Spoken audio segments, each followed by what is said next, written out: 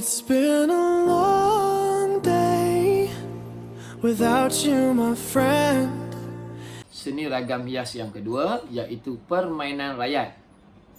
Okey, kalau orang dulu-dulu benda ni memang best lah. Okey, kita ada tinting ataupun tenteng.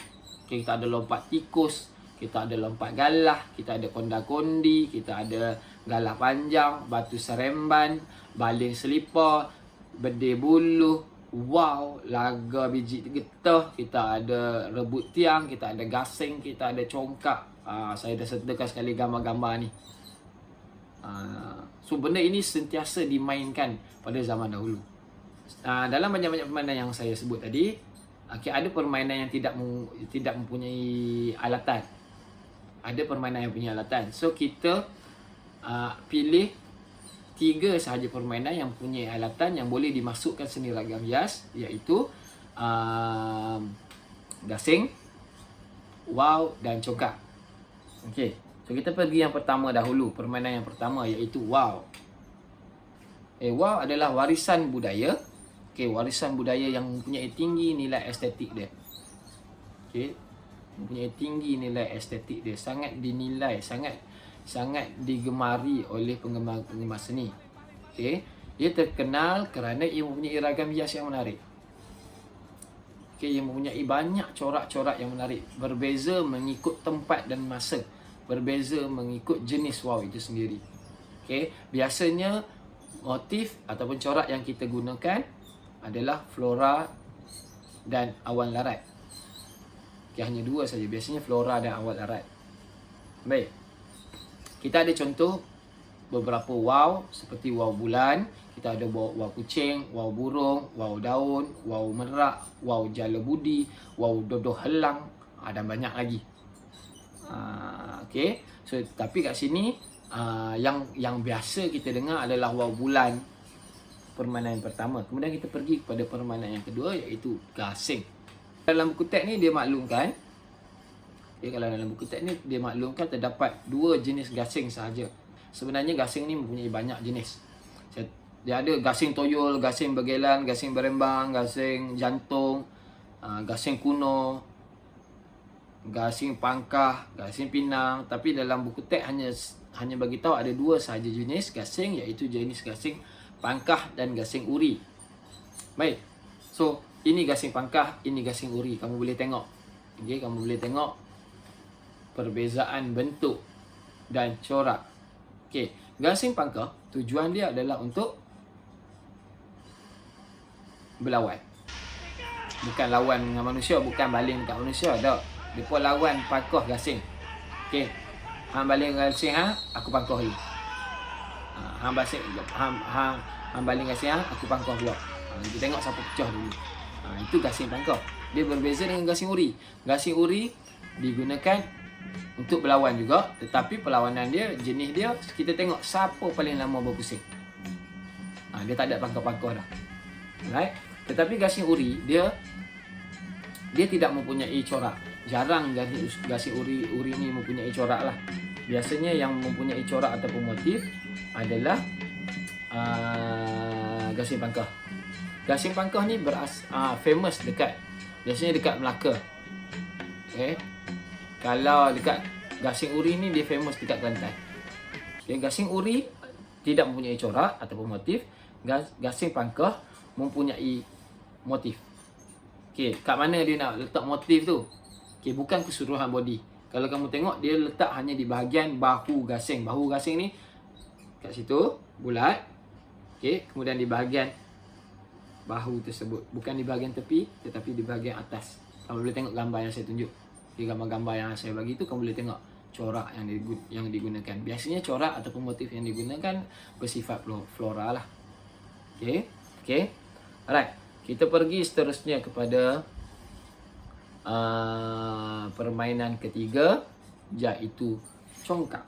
Congkak masih lagi dimainkan sehingga hari ini. Okey, tetapi badan congkak itu sekarang kebanyakan adalah plastik. Dan tidak mempunyai corak ataupun motif ataupun hiasan ragam hias. Okey. So dekat sini saya refer kepada corak congkak dahulu lah. Okey. congkak kayu. Okey. Kalau dulu congkak saiz dia, kalau sekarang maybe saiz dia besar-besar ni, tapi kalau dulu congkak dia kadang-kadang sedepah. Okey, kamu boleh tengok, dan berat dia memang berat. Okey, macam bagi tahu kayu dulu kayu yang berat, kayu yang elok. Okey. Sedikit sejarah tentang congkak. Congkak digunakan daripada zaman dahulu. Okey. Kalau orang kaya ataupun golongan bangsawan pada zaman dulu, mereka akan bermain congkak menggunakan congkak kayu. Okey, dan mempunyai corak dan hiasan ragam hias dia sendiri. Tetapi bagi rakyat-rakyat jelata yang miskin, yang biasanya mereka bermain congkak di atas tanah. Mereka gali lubang. Okey, kemudian main di atas tanah tu. Alright. So, biasanya biji guli ataupun kalau tak ada guli, mereka menggunakan buah getah sebagai alat tambahan lah bagi congkak. Okay. So kita tengok kalau pada congkak, hiasan yang diletak adalah pada badan. Okay, badan ni body dia lah. Okay, kepala, dua kepala yang atas tu. Kalau kamu tengok gambar yang saya bagi tu kan, dia ada dua naik atas kepala. Yang dua tu kita bagi kepala, dan lubang adalah kawasan yang di dalam. Okay, ada yang buat body. Yang body itu biasanya diukir. Okay, yang kepala biasanya mereka akan buat bentuk flora ke, okay, bunga ke. Kemudian di dalam lubang biasanya mereka akan menggunakan garisan-garisan lah. Okay, sebab kawasan yang sempit agak sukar untuk buat motif yang rumit. Baik. Okay, so kalau kamu biasa tengok cerita-cerita hantu Melayu lah, jangan pandang belakang congkak. Ada congkak besar tu, hantu congkak tu. Saya tak tahulah, mainlah congkak ni memang berhantu lah. Main congkak kayu lama-lama. Okay, so itu 3 jenis permainan dalam ragam hias. Seni ragam hias yang ketiga iaitu alat domestik. Baik, alat domestik ataupun juga dikenali sebagai alatan ataupun barangan keperluan harian. Okay, kalau kamu nak senang faham, alat domestik ni benda-benda yang kita guna di rumah seharian kita lah. Okay. Contoh ataupun fokus yang diberikan, okay, rehal. Orang Melayu kenal rehal. Tapi kalau Cina, India, Siam agak susah sikit nak rehal. Rehal tu apa cikgu? Rehat saya tahu cikgu. Rehal saya tak tahu cikgu. Okay, so rehal ini alat yang digunakan untuk meletak Al-Quran. Okay, so kalau dulu mengaji atas lantai. Okay, so kita akan gunakan rehal itu untuk lapik ataupun meninggikan Al-Quran itu.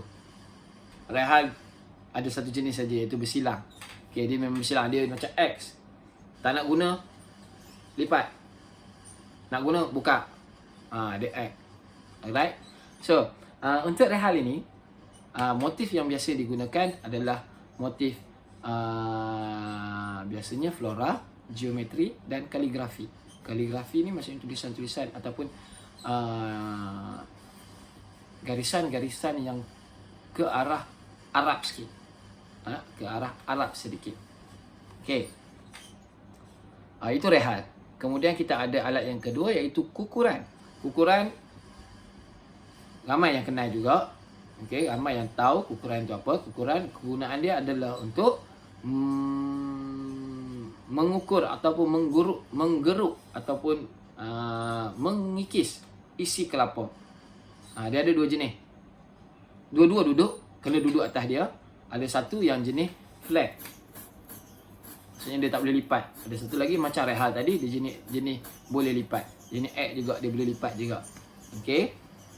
So, kukuran ini biasanya menggunakan motif flora, fauna dan awan larat. Okey, di bahagian badan dia. Okey, di bahagian badan. Dekat besi depan gigi bergerigi tajam tu tak ada lah hiasnya. Dia hanya hias di bahagian kayu, di bahagian badan itu saja. Okey, kukuran ini dia berbeza mengikut tempat. Okey, kat Kedah bentuk dia lagu ni. Kat Kelantan bentuk dia suponi. Dia tak sama. Dia berbeza. Okey, kamu boleh tengok balik gambar-gambar yang saya bagi ni. Okey. Baik. Kemudian yang ketiga, kita dah ada rehal, kita dah ada keguguran. Kemudian kita pergi kepada yang ketiga, iaitu acuan putu. Acuan putu. Ada yang tahu putu tu apa, ada yang tak tahu. Okey, acuan putu ataupun kita panggil acuan kuih lah. Bekas kuih. Untuk kita masak, bukan bekas kuih lepas masak letak dalam dia, ada masa nak masak. Okey. Okey. Kalau kamu tak tahu, biasanya kalau tak kenal lah, tak boleh nak bayangkan, kamu tengoklah gambar macam saya bagi tahu, tengok gambar yang saya bagi. Okey, acuan putu ini biasanya menggunakan motif flora, bunga ataupun daun. Okey. Baik, yang keempat adalah jebak puyuh. Burung puyuh kenal? Ke nak kena bagi video? Kenal burung puyuh no. Okey. Jebak puyuh adalah sejenis alat untuk menangkap burung puyuh. Dia macam jerat. Macam jerat. Sebuah alatan untuk memerangkap burung puyuh. Jebak puyuh ni dia mempunyai pelbagai seni ragam hias, seperti motif flora, sulur bayung. Sulur bayung. Di mana di bahagian atas gunungan, dia ada contohnya lah 4 segi ni kan, di bahagian 4 segi, bahagian atas dia ada gunungan. Tengok gambar, dia ada gunungan. Di mana gunungan itu dia mempunyai lingkaran yang kompleks. Gunungan ini biasanya dia menggunakan teknik tembus.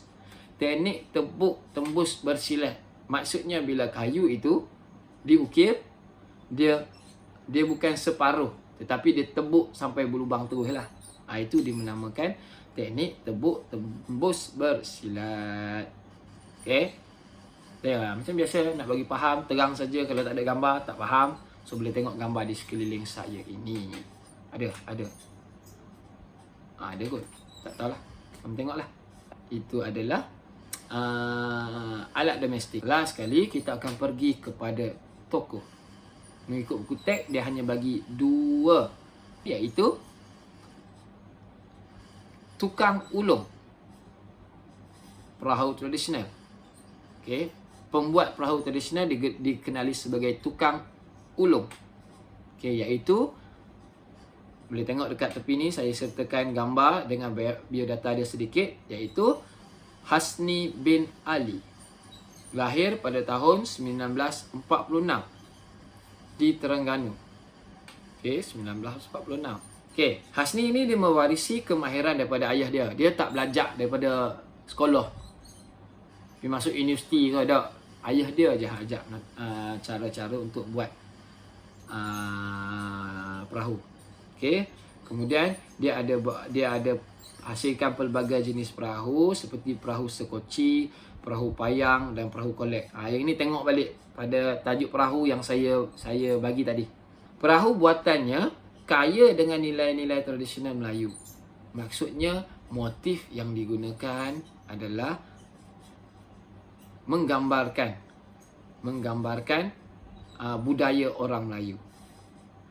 Alright, so itu tukang ulung perahu tradisional Hasni bin Ali. Kita ada adik guru wow tradisional. Bila sesiapa yang terlibat di dalam craft tradisional, mereka pakar, kita akan gelarkan mereka sebagai adik guru. Adik guru Syafi'i bin Yusuh. Okey, dilahirkan pada tahun 1947. Hasni tadi 46. So Hasni lebih tua setahun daripada Syafi'i.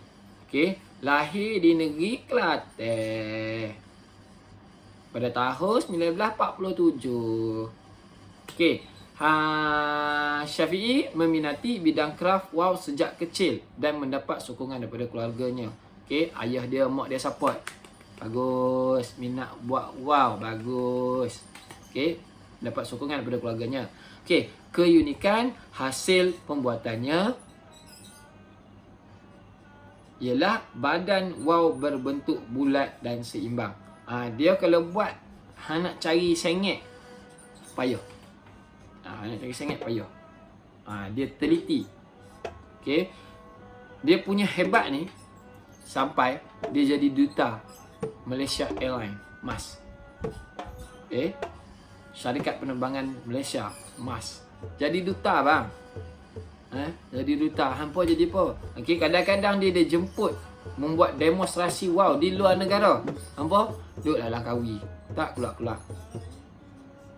Dia ni orang jemput dia, Mak Saleh jemput dia, mai. Tolong tunjuk sikit lagu mana nak buat wow, macam mana nak masukkan corak apa yang sesuai, motif apa yang sesuai. Dia punya pakar. Alright. So inilah Syafiq bin Yusuf. Itu sahaja penerangan saya di dalam tajuk, di dalam bidang pertama, sejarah dan apresiasi seni visual, seni ragam hias. Bebel panjang-panjang pun bukan apa dengar sampai habis pun. Skip je nak tengok jawapan. Buat letih je cakap banyak-banyak dengan hampa ni. Kamu, selepas ini saya akan sertakan quizzes sebagai latihan. Kamu boleh tengok, kamu boleh refer balik pada video ini untuk rujukan kamu semasa menjawab quizzes. And So I'll kita tell you all berjumpa about lagi it when I di masa see akan you datang. again. Terima kasih. We've come a long way from where we began. Oh,